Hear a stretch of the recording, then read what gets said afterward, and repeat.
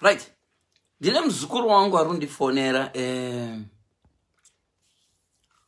Muzukuru wangu arundifonera. Tine takatomirira phone call yake.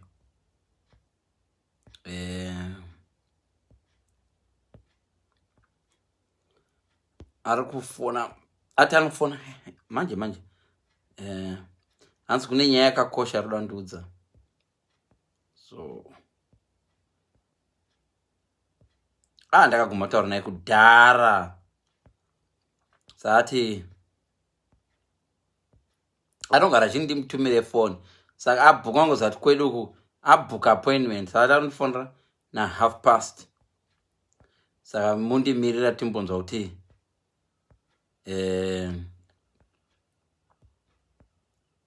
We won't be long. Sekuru ndakanzwa kuti muri kuita zvemalive. Sekuru ndakanzwa kuti muri kuita zvemalive. Ndoda kumbokufonerawo palive veduwe. Ndati hairi bomb zukuru. Ndi live yangu ndiri kuita nhasi pandanonoka. So ari kundifonera izvezvi. So ndamuudza kuno kwasviba kuUK. KuUK kwasviba kana achifona dei achifona masikati zvikanzi aiwa.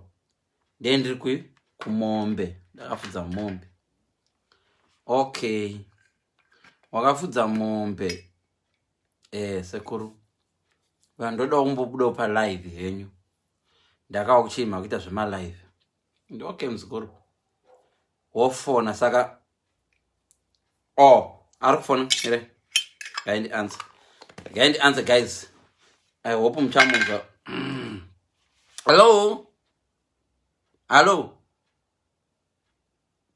Sekulu lego magadi. Ndiripo kadi. Magadi sekulu. Ndiripo. Sekulu abanda kumbira phone ka anjiti. Yeah. Andina phone ko zinosaka ndatokumbira phone but ngangoti ndikumbe ndikusendera message. Okay. Uri pa live. Sekulu message ipo mozande kuti chi. Moziwa wana bamku baba Mike baya. Leku miru kalunje. Yeah. Anjika. Yeah, ndwaza. Kozo ya Dagi nobza. Daga ndi momziwa uyu mpana waida kumbonota chisoda uyu akakonwa kumanya. Ndarimember. Kozo ya Absalom. Absalom. Domrangara. Uyu kumbonzanzi waifudza mombe dekwa mvangeli. Kozo ya Ramios. Right. Ramios. Kozo ya futhi uyu mzukuru womDBisu. Mzukuru womDBisu nomziwa ta umbobozo. Mbobozo. Temti mbobozo. Nickname yake. Kilmo. Yeah, ndomziwa. Vanose vawe sekuru zvadiji ndovakunda vesekurita sava vose kwai uningi unoridza sava kupi ini ndazoone ko vanhu vaungana zvesekuru padhibha paya tichiridza sava. Uri palive ndiri kuUK.